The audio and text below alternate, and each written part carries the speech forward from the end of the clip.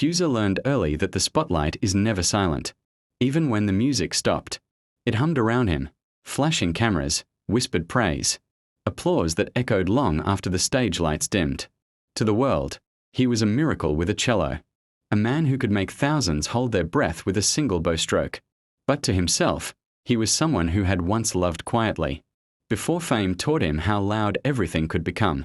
He met her before the sold-out halls and private jets, when his concerts were small and his dreams were simple.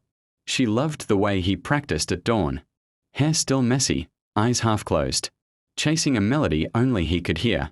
She loved that he listened more than he spoke. With her, Huser wasn't a name on a poster. He was just a man learning how to turn feeling into sound. When success arrived, it didn't knock. It crashed through the door. Managers replaced friends, schedules replaced evenings, and promises were penciled in instead of spoken. She followed him at first, sitting in empty theaters during rehearsals, waiting backstage with a smile that slowly grew tired. Applause became the third presence in their conversations, always interrupting, always demanding more. Huser told himself it was temporary. One more tour, one more album, one more night away. He believed love could be paused like a rehearsal, resumed when the noise settled. But love, unlike music, does not wait patiently in silence. The arguments were small at first, missed calls, forgotten dates. Then they grew heavier, filled with words neither of them wanted to say. She accused the spotlight of stealing him.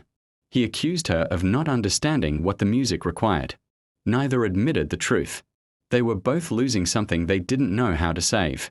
The night she left, Huser was on stage. He played flawlessly, his fingers perfect, his face calm. Behind the curtain, a message waited on his phone. Simple, gentle, final. She wished him happiness and asked him to remember who he was before the world decided for him. After the encore, the applause felt different. Louder, yes, but hollow. In the quiet of his dressing room, Huser held his cello like a confession. The instrument had given him everything, yet it could not give him back. The one person who had loved him without tickets or titles. Months passed. Fame grew. Loneliness grew faster. Huser began to change the way he played. The notes lingered longer. The silences mattered more.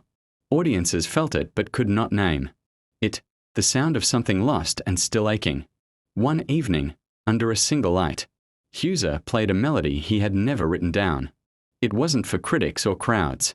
It was for the love that had slipped through the cracks of success. As the final note faded, he understood the cruel balance of the spotlight.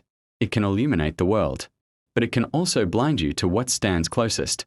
And in that understanding, Huser finally learned to play not for the noise, but for the truth.